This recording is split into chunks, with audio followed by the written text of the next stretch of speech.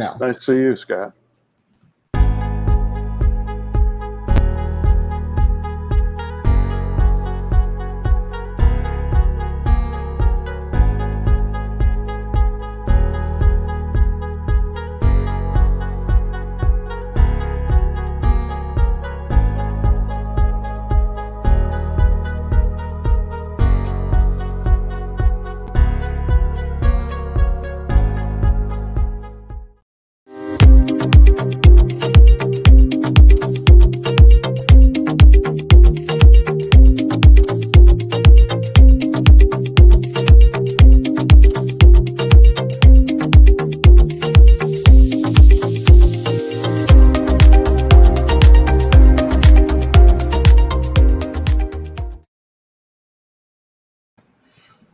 Welcome to our latest edition of Office Hours, Avoiding Decision Traps. My name is Joe Perfetti. I am the host of the show. Today, I'm very pleased to be joined by my colleagues, Jim Austin, Scott Koerwer. So, hi, Jim and Scott. Office Hours, again, is a live interactive show that we basically bring the faculty together so we can talk about issues practically that you may not get a chance to ask questions. And here's your chance to also interact with us and talk about practical tools, applications to different topics that we think are relevant. And on today's show, as I said, we're going to talk about decision traps. We all have to make complex decisions. So what do we mean by that? And what are some of the challenges that we're going to face? We make those decisions under uncertainty, and how best can we avoid them? And so I have two experts here in decision making. So I'll let them do some brief introductions. So Jim, why don't you go first? Great, Joe. Welcome, everyone. My name is Jim Austin, and I worked for a large medical diagnostic company for a number of years, was vice president of global strategy in one of their large divisions.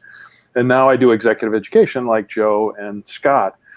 And really my interest in this area is the very practical. In most situations, we've got historical data, or we look to the past to help us drive efficiencies or do things incrementally better. The problem is, in times of uncertainty, you have to take a whole new approach, and that's what we'll be talking more about. Scott? Great, thank you. Happy to be here again with these great colleagues, and you caught the water sipping. Which, right, exactly. Timing is everything in the digital world. So I work at Geisinger. Geisinger is roughly stated a $7 billion health delivery system. It's an integrated health delivery system, meaning that there is a patient and a provider. There is a health insurance company as well as a care delivery team. And the care delivery team is an excellent group of people, and trying to interact with COVID right now. I'm on the education side of Geisinger. I serve as vice president of strategy and planning, and also dean for graduate education, and have a faculty role. So, like Jim, when I think about complexity, uncertainty, chaos, and in fact, let's just go out and call it disorder. Like Jim, I think there are different ways to approach problems. And the late, great Russ Akoff used to say, you can absolve yourself from a problem. Don't take it on. It's not yours.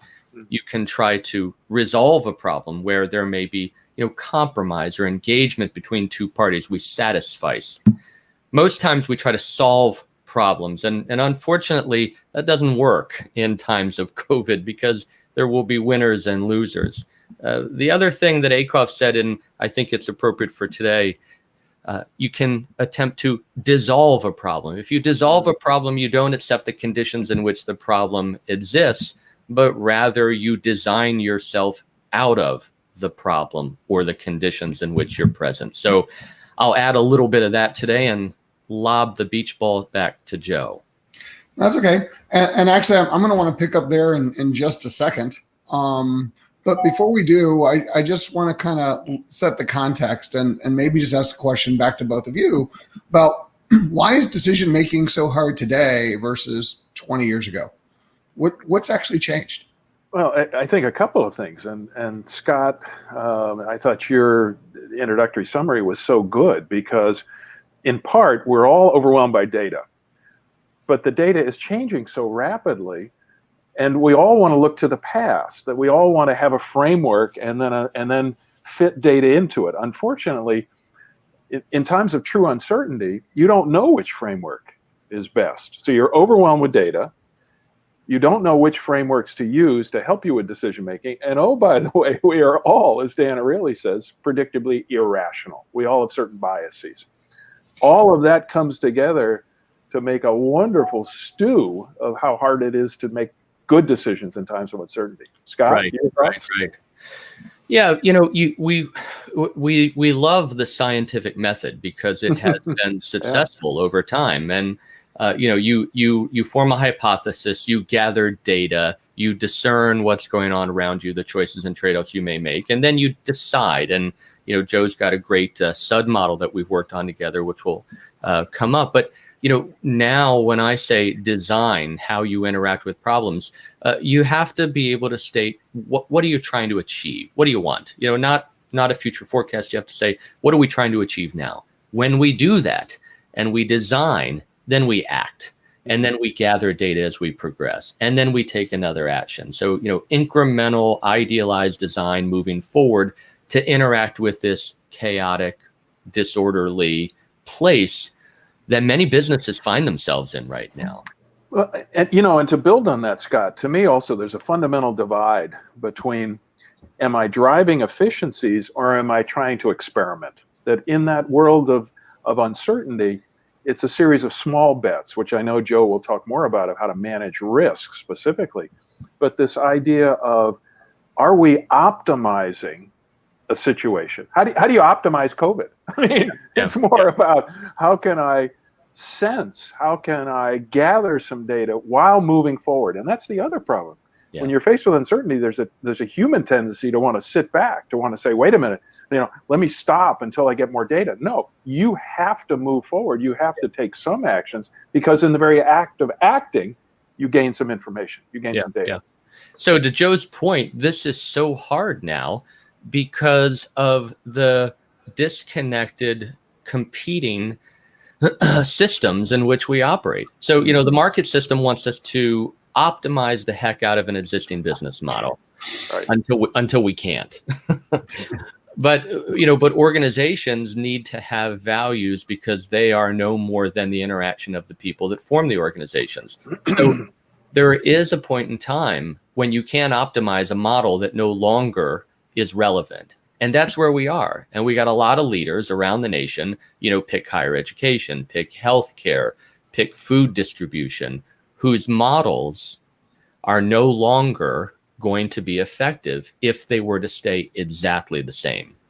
So there has to be design. And what a perilous place for leaders to try to figure out a new order of things. Remember what Machiavelli said, never so perilous a task is to change the order of things. And I think he was talking about preparing leaders for the marketplace.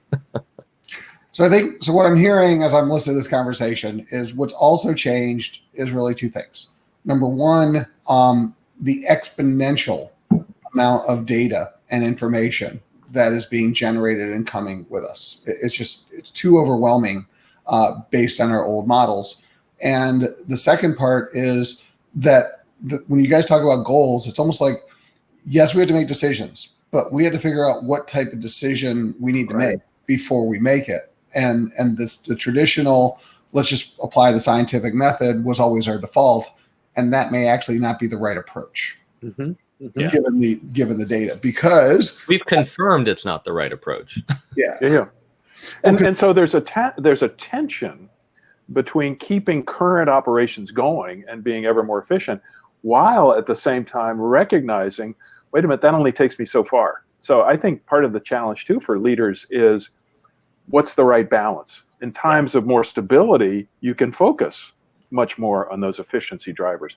In times of uncertainty, if you focus there, where are we going to be 6 months from now? I don't have a clue.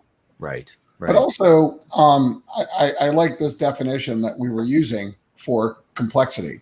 Is that if we're facing complex decisions, the biggest problem that we have is, as you said, Jim, the past doesn't predate or predict the future.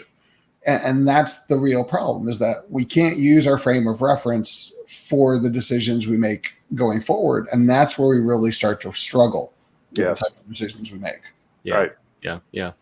And Joe, you've got a great fact, I don't know if you'll be able to draw it into this conversation. I hope you can, about the amount of data that has been produced in the last 2 years compared to the amount of data produced in the last 20. You remember that, what I'm looking for? It's I don't have the graphic, but yeah, it's mind-numbing. But the point that you're making is the amount of inputs, the amount of stimuli, our ability through informatics to collect data, to churn, is so great.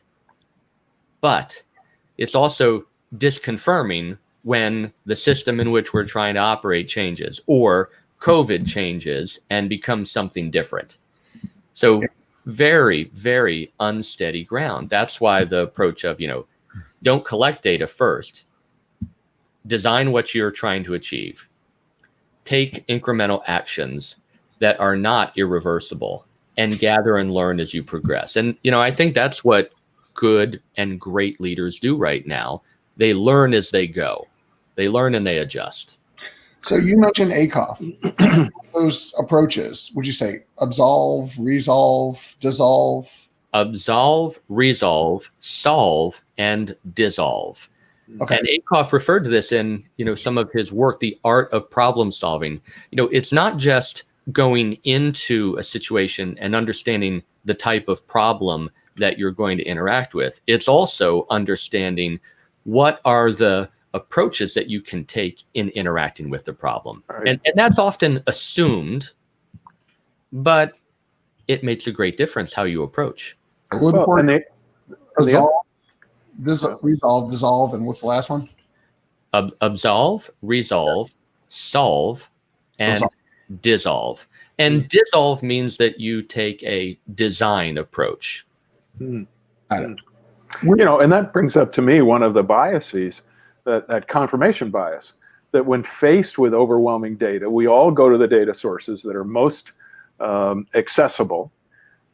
And it's rare to seek out disconfirming information. The internet holds the promise of unlimited data, but study after study say we go to the data sources, those spots, whatever sections, groupings within the internet that reinforce our existing points of view. That's right. That's right. I want to come back to bias in just a second, but back to this ACOF model. When do you do each? How do I know when I need to absolve something? How do I know when I need to resolve? How do I know when to solve? Like, how do I know? Yeah. Well, so it depends. And, I would put, if we could, dissolve last, because that means design and ideal. So it's almost like a step function. So if you're in a workplace, do you need to take on every problem that is present right now? There are some problems that are not yours, so you absolve yourself. There are some problems that are better left alone. Resolve, you're trying to create something that is mutually satisfying. What was his name? Simon, Herbert Simon, I think, wrote the great work on administrative behavior. And he said, sometimes you just have to satisfice, well enough, leave well enough alone, get something done. It's almost a negotiation. Solve, if Jim and I are trying to solve something, it's very likely that, there will be winners and losers. We have to make choices and trade-offs. And that is sometimes required of leaders, of course. ACOF would say, though, that if you dissolve a problem, it means that you don't accept the problem as something that you need to satisfy or compromise. Rather, you have the opportunity to design your way out of the situation that you're in. And that's hard, but typically it's the right thing to do when you're in a state of chaos or disorder. So that's the way he looked at it. And, one of the great misconceptions of this is that, I don't have time to dissolve a problem. I don't have time to come up with something new or better or an ideal. And my response to leaders when they say that is, well, what are you spending your time doing? Optimize something that you're dissatisfied in. So, it's tough. It's tough work for leaders. Well, and again, and I know, Joe, you want to get to the decision traps or biases in a little bit. In the world of efficiency, you can run harder and be more productive. in the world you've just talked about, you need to sit back and be creative. I can't run harder to be more creative. You're right, Jim. Yep. Creativity is huge in this process, really huge. And, that's a good question to ask of leaders. What are the things that you're doing to ensure your team is enabling creativity? What are you doing to ensure that you're, practicing the design of the next thing? I think this could actually be one of the traps, because in today's, political world, given the state of where we are with the budget crisis between the two opposing views of the warring tribes called the Republicans and the Democrats, it almost seems like they have different approaches, meaning one side is trying to resolve, the other trying to solve, and they can't meet in the middle because the way they're approaching the problems, and it's, take out the politics, is completely different. Yeah. I think that's a great point, Joe. And it's a wonderful metaphor, because in fact, think about the ramifications. If there were to be a different approach, what if there was a viable third party? What if the, dogma was, not what we subscribe to, but rather we said, we have to worry about the health and well-being of these communities. And I'm not talking about healthcare. I'm talking about the health and well-being of these communities from a marketplace, from a educational context, from a health context, from a social system and service context. How do we organize local governments and support systems? There's a great deal of pressure to keep this two-party system intact. A great deal of pressure. I think the other part, though, is just even more simplistically, it's just an alignment issue. Meaning, if we're approaching problems differently and we're on the same team or negotiating, it still causes problems, because we're not going to get to the right solution because of the lack of alignment. Well, and Joe, to that point, one of the things that I've seen work when you're faced with uncertainty problems is have the team right off the bat, before you do anything, go around the table and say, what are your assumptions about this? Yeah. That if your assumptions are this is an efficiency problem, and my assumptions are it's a creativity problem, when we come to work together, we're going. Yeah. Joe, Jim, really important point. So when Joe and I work with executive teams on their planning, one of the first things we say is, let's all articulate, what are you trying to achieve? Yes. Put it on paper. Don't just throw it out there, because when you do, of course, the dominant player in the room, the dominant figure like the CEO or the EVP, will drive that conversation. Right. Very interesting. We did this with about a $3 billion construction firm in the Northeast a couple of years ago, and it was amazing, the disparity between the executive team, what they were trying to become. Right. So first part, you got to start with the goals. Very, very clear. Yep. So from there, and I know we were starting to getting some of the decision traps and challenges, but I know, these are some of the common ones that we run into. Jim, did you want to make some comments on this? Well, and yes. And before I dive into that, I'd say start with goals / assumptions. Yeah. So it's, I'm assuming the world is knowable, or I'm assuming people are motivated by how much they earn, versus there's some other issues driving employment numbers, whatever. If you don't put those on the table right up front, you're going off in different directions. Right. And I think where you're trying to go here, and Joe, this is such a good slide, I think, is what level of information do we have? What level of information do we need? And we can talk about the 40-70 rule in a moment. How are we defining the problem? That gets our assumptions, our framing perspectives. Yeah. How are we addressing the problems? Yep. Then we, in fact, are, in objective terms, it's rare for an entity to say, okay, with this new project, what's been our history? If our history has always been we're 50% over budget and 100% over a timeline, why are we assuming we're going to hit these numbers? This idea of a pre-mortem. So it's this, what are the major assumptions and what could change over time? Yeah. Well, that gets back to the definition of risk. And so, I'm a finance person. Good. Yeah. And I just want to bring this up because whether it's finance or decision making, the definition of risk, in my opinion, is the same thing. And the key is risk in finance is defined as a distribution of range of outcomes. And how wide or how many standard deviations that distribution can have is how we define risk. And when there is more uncertainty, which is another name for all of this, don't know what's going to happen, then we tend to get what's called risk premiums. You got to get paid more for more uncertainty. But I think that goes back to decision making, which is how much uncertainty are you facing?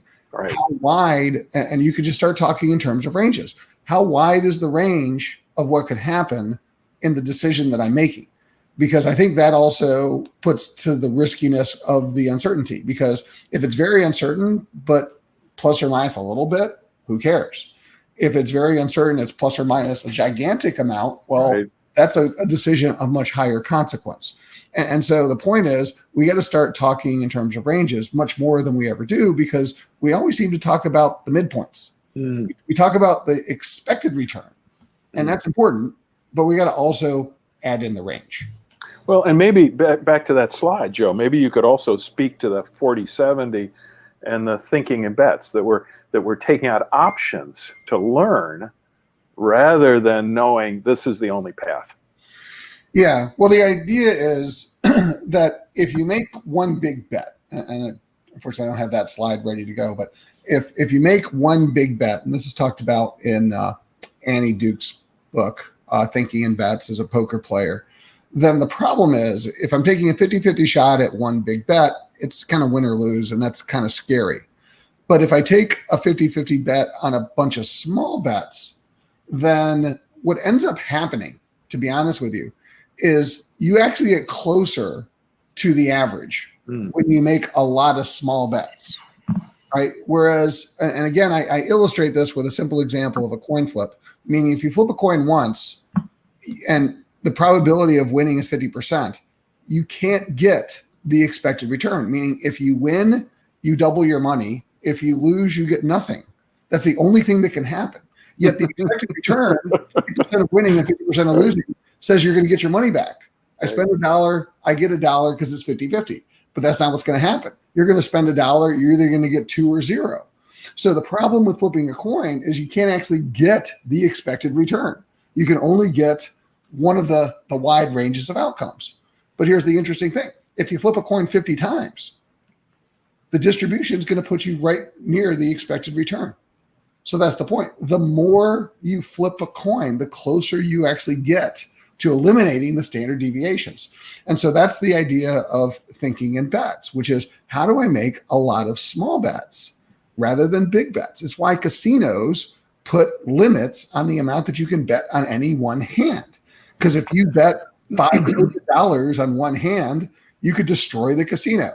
If the most you can bet is $1,000 on any hand, you can't destroy the casino if you lose that bet. And so over time, the casino is going to take all your money because the odds are against you. Same idea when you make a decision. And that's a great example. And I want to ask Scott, Geisinger, which is such a wonderful healthcare institution. In the old days, let's own the latest MRI or let. Oh, Joe, did you lose Jim? Jim, you got frozen. Oh, okay. Oh, there you go. Am I back here? You're back now. Okay.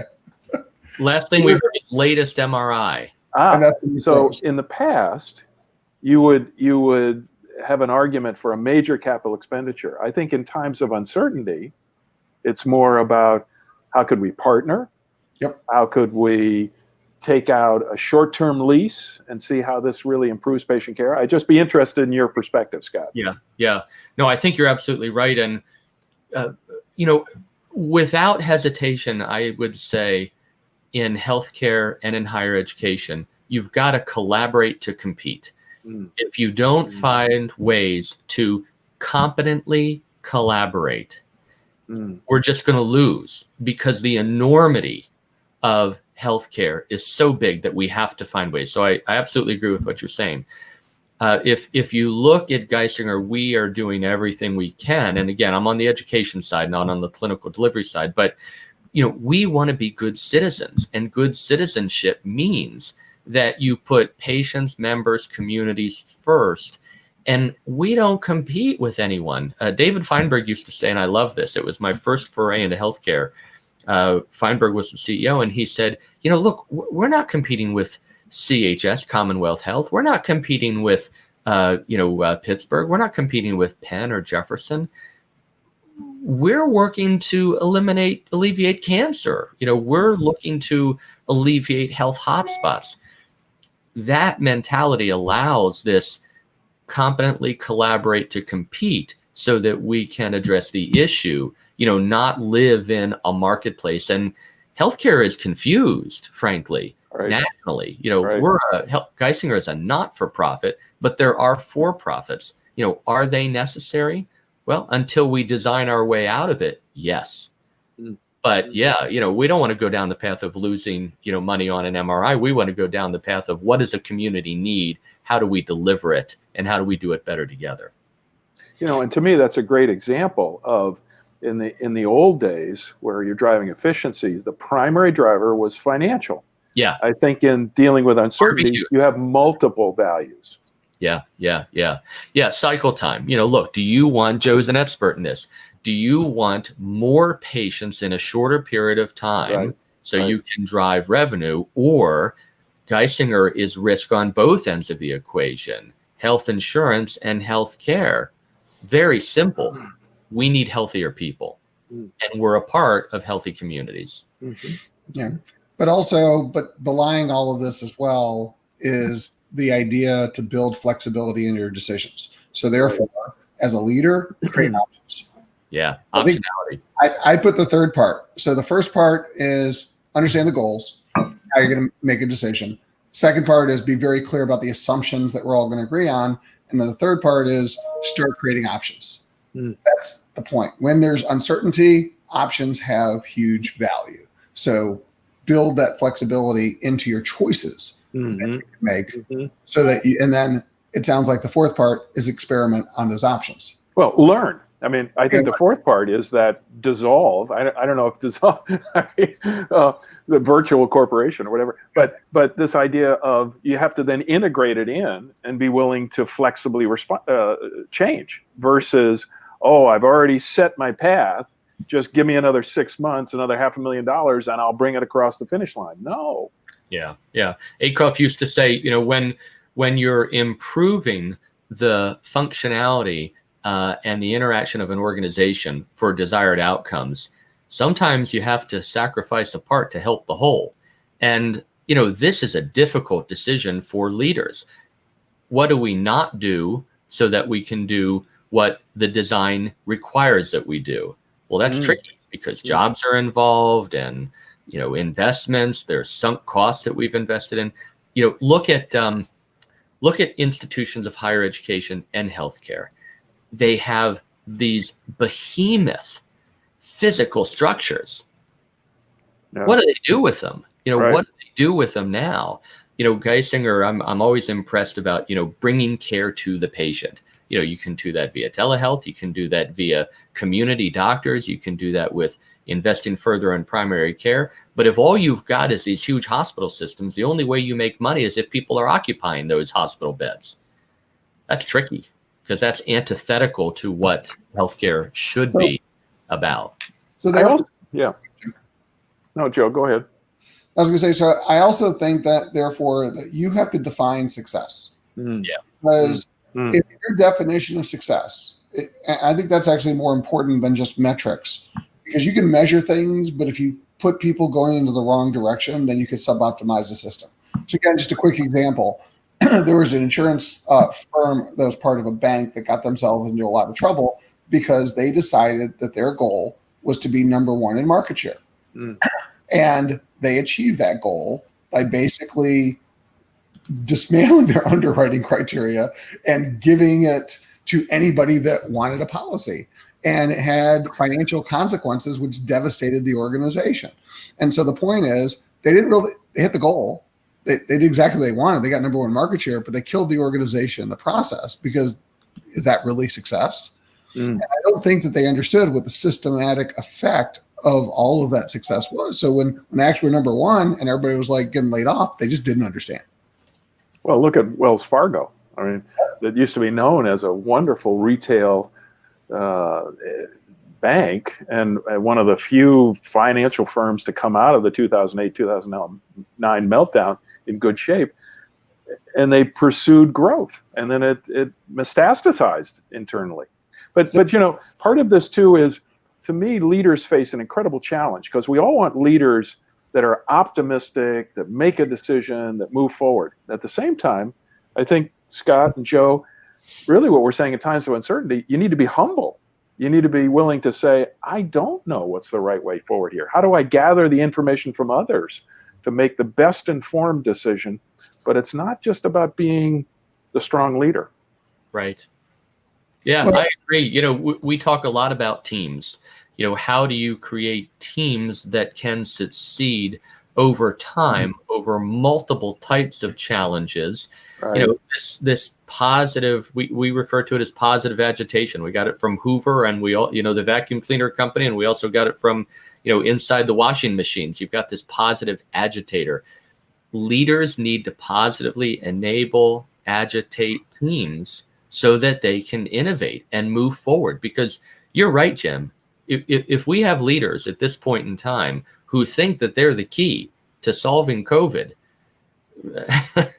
right, it's all of us. Well, what's worse, Scott? So right now, we have a situation where we're learning about the disease. Right. And some of our leaders, I won't even go where the president, but some of our leaders back in March made some choices that they now realize that more data is available were not the right choices. I'll give you one example. Back in March, you don't need a mask. Now we're telling people masks save lives. Right.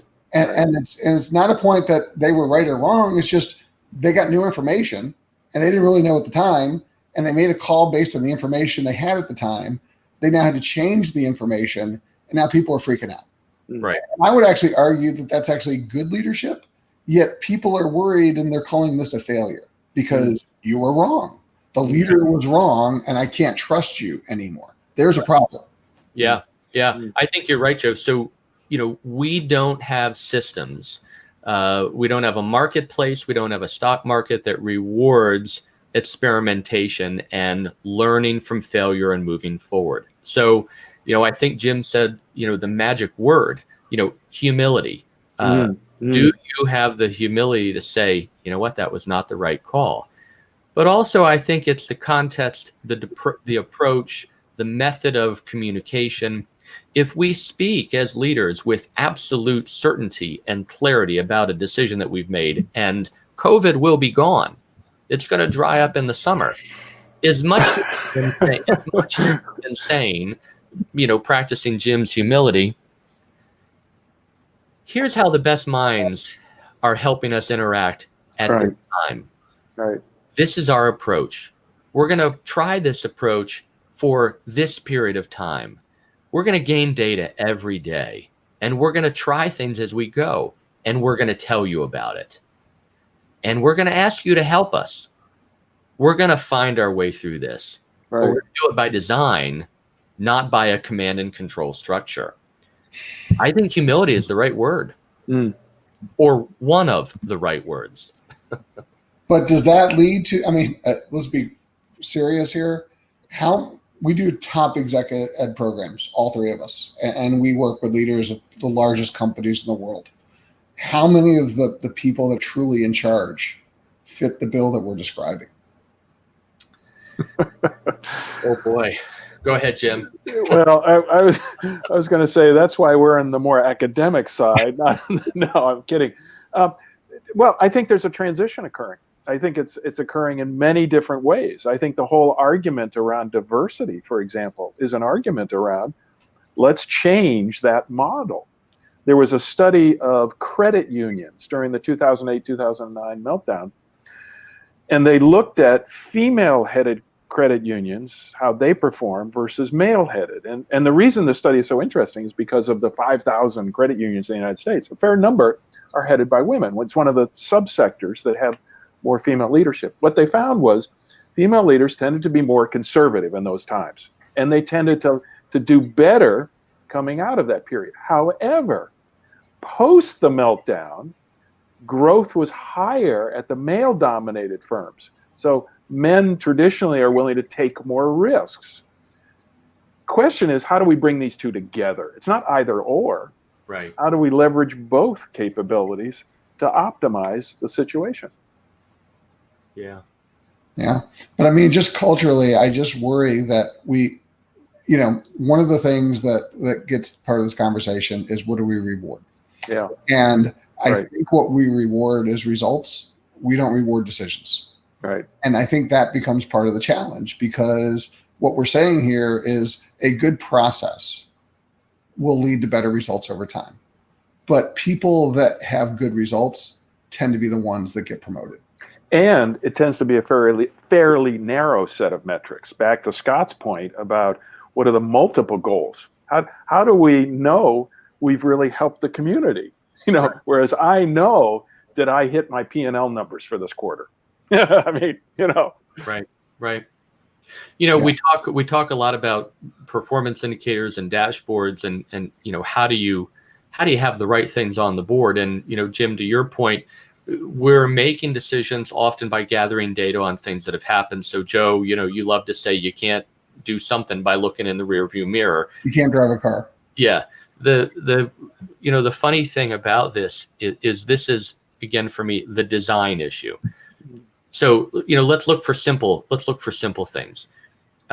What are you trying to achieve in healthcare? Are you trying to achieve, a 2% operating margin? Are you trying to, pay people at a certain rate? Well, all of those things are important to perpetuate an organization. But what is the organization measuring? Well, if the organization is measuring the alleviation of food insecurity, how many food insecure companies do we have in our organization? If that's in our community, if that's on the dashboard, that's a good dashboard. If you're looking at hotspots for, diabetes, smoking cessation, the walkability of our communities, these are key performance indicators. The question is, are the companies or organizations that we need to be tracking those things doing so?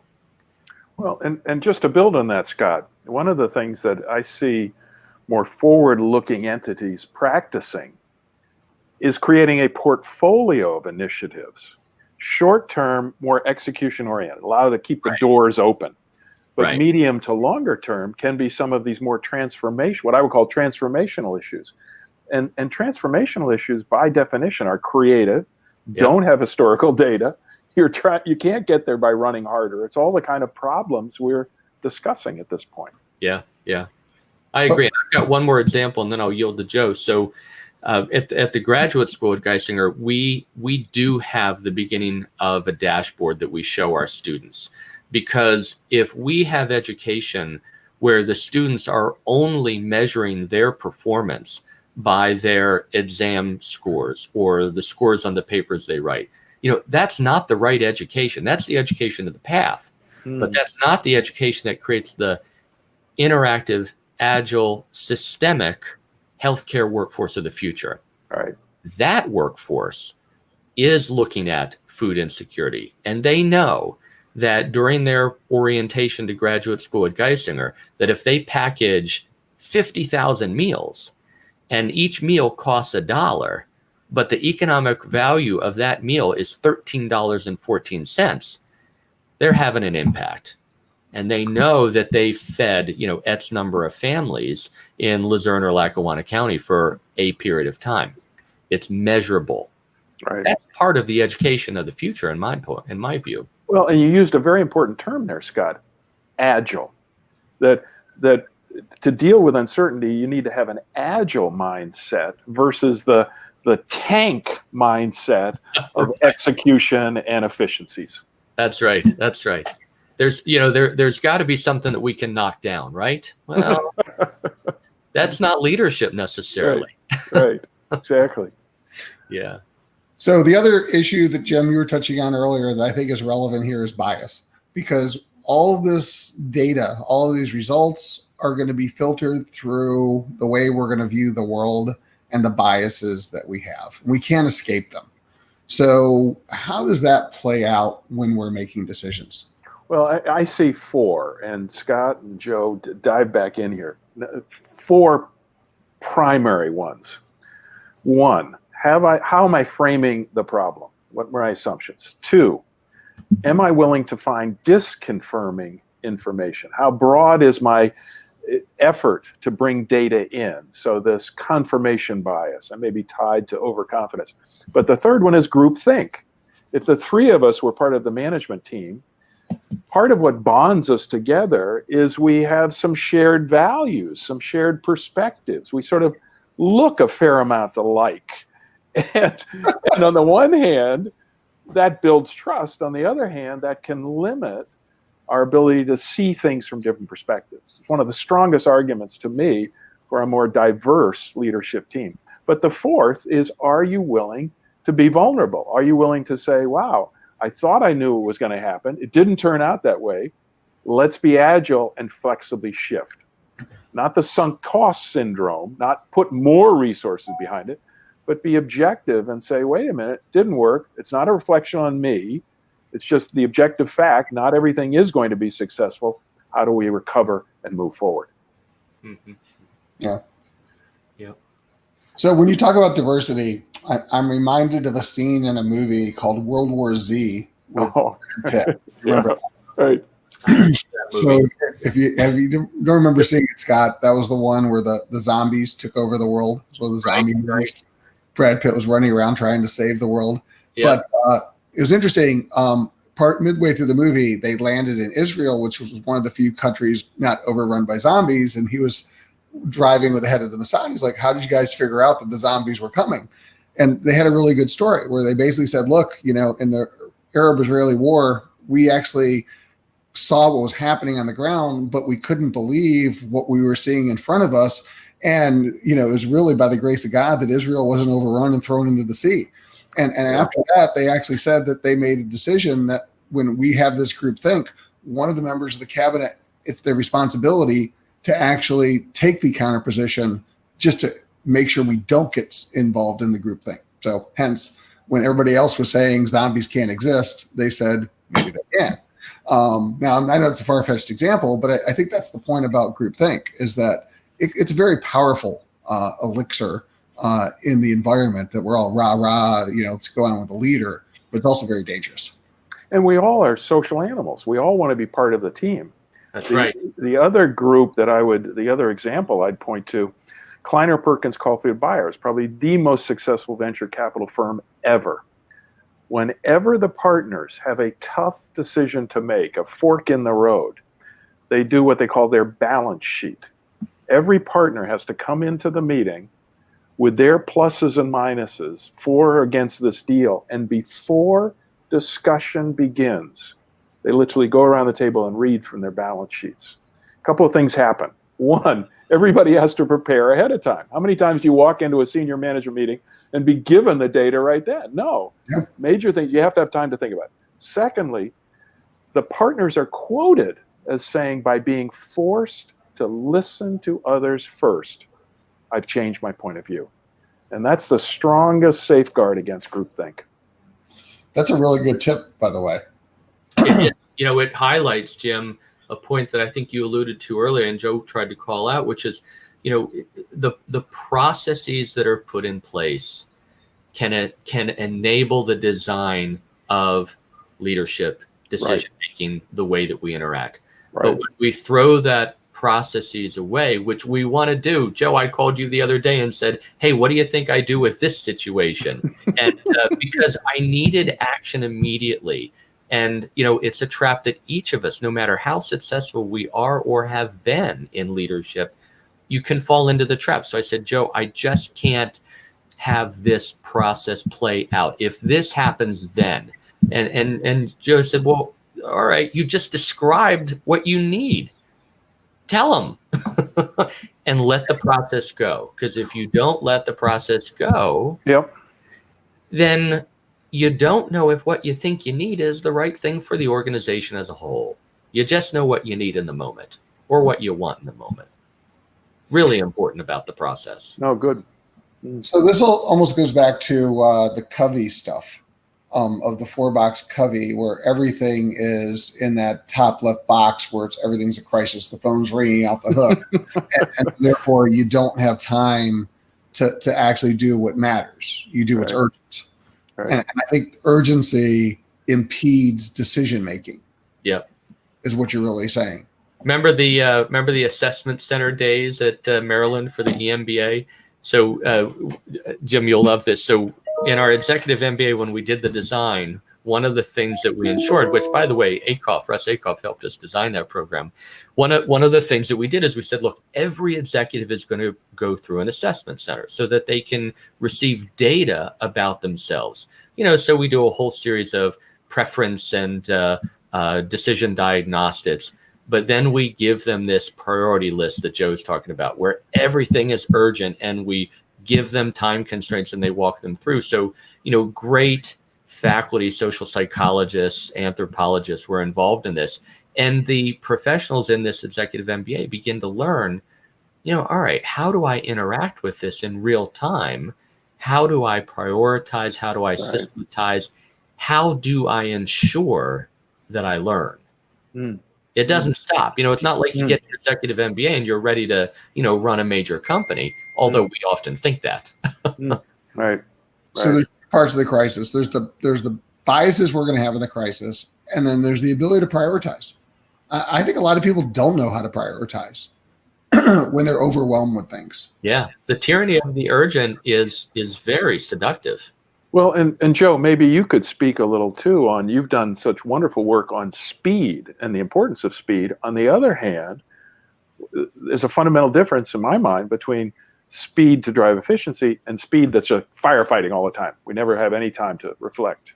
So I'll simplistically refer back to Kahneman. It's thinking fast and thinking slow. Yeah. Which goes back to where you guys actually started at the beginning, is that there's a time to think fast and there's a time to think slow.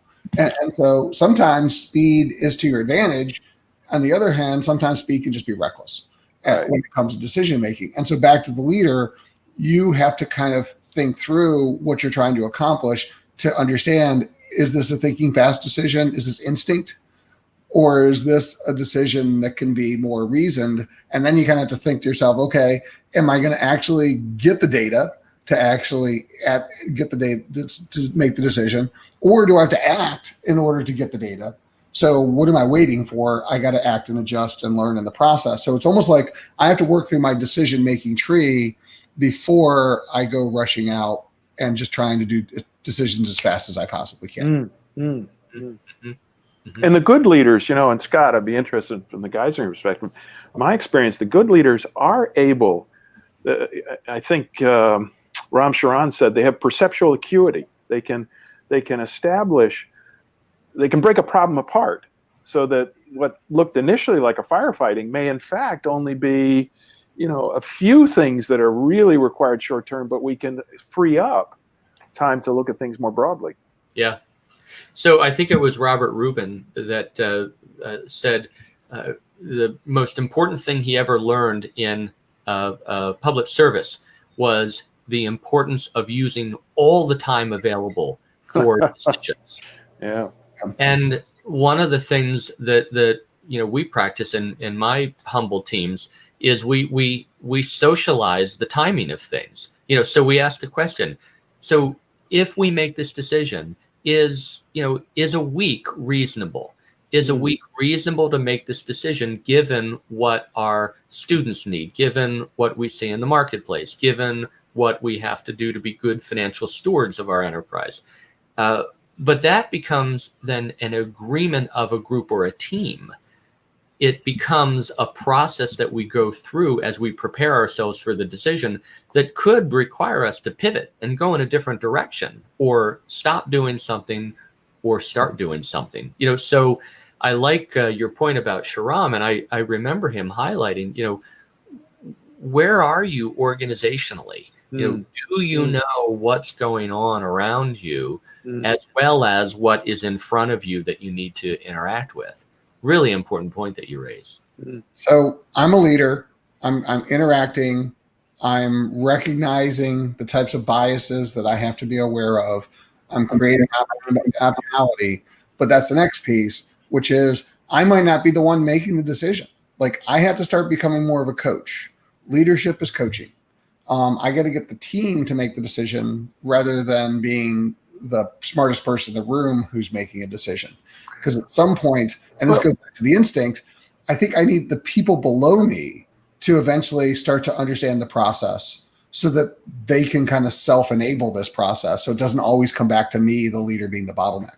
Well, Right. and Heifetz talked about this a number of years ago, that he described it as technical problems, what I would call those efficiency short-term things, yes, versus adaptive or more uncertain. And in the technical side, you have authority. On the adaptive side, you're dealing with multiple stakeholders. I mean, I loved it when Scott talked about how do we improve the community, not just, improve our financial situation. Right. Yeah. In times of stress, and back to your decision bias sheet, Joe, that's such a good slide. In times of stress, our focus and our perspective, unfortunately, just neuroscience tends to narrow. So ensuring that we have an awareness of what's going on around us, that we do surround ourselves with strong advisors, and that we're interacting as we progress. But once a decision is made, that's when I think the humility that Jim raised at the beginning of our discussion comes back up, because you've got to commit organizationally, but you've got to maintain that humility so that should you be wrong, which in a chaotic, disorderly state of affairs is likely, you have to not get knocked off your feet, so to speak. You've got to maintain that balance and the steady hands, steady feet, and prepare for the next decision, because these decisions will come in rapid fire. We're talking about this within our office hours program with the luxury of analyzing the timing available to us or others. But when you're in that hot seat, you got to go, and you've got to have that humility. So, should you be wrong, which you will, you're still. It also, to me, puts a premium on communication and listening. Yes. The vulnerable, humble leaders are constantly communicating, but they're constantly listening too, which again is a balance challenge. Yes. Well, I go back to your Kleiner Perkins example. That's the perfect example. Right. Listening first and then deciding later. Right. So be open for the information. Yeah. All right. Well, I think we're coming to the end of our time, and I appreciate this conversation. So before we go, one of our final things I always like to do is what I call simple rules, which is if you could just distill down kind of like one simple takeaway, just in general regarding this, that people could take away with practically, what would it be? So does anybody want to start with a simple rule? To me, it's differentiating. Am I dealing with a technical, short-term efficiency problem, or am I dealing in uncertainty or that adaptive problem where I've got to engage people, I've got to be much more upfront about my biases, I've got to be flexible. Okay, that's great. Scott? I think that's great too. So 3 quick things for me. One is context. Contextually, am I aware of what's going on around me? What type of a state am I in? Are there known experts that I can interact with, or am I going to be designing and discovering? Really important. Context. Back to Snowden's work. Really important for leaders. The other thing that I'm reminded of is a real simple one from Jack Welch, and he used to say something along the lines of humility and humor, and then I added, and a handwritten note. What did the best leaders do? My mom used to say H3, literally H3, humor, humility, and a handwritten note. If you can keep that contextually in your mind, And even if you make a mistake, that handwritten note demonstrates the humility and enough humor to get back up and do it again.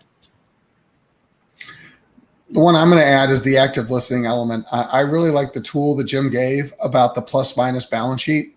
I think that's a critical one to help make a complex decision. That before the leader tells the team, to have the team kind of give the pluses and minuses of the decision to go around before a decision's made. So I think that that's actually a very useful tool that's very practical as a takeaway. So thanks for that. Thanks both of you for your time today in doing this. If you'd like to learn any more information about what we've talked about or to contact either Scott or Jim, you can go to the website below, learningcommunities.com. Please join us for future editions of Office Hours. Unfortunately, the professors have to go back to class. So Jim, Scott, thank you for your time today. And we're going to end the broadcast. Thanks. All right. Take care. Happy August.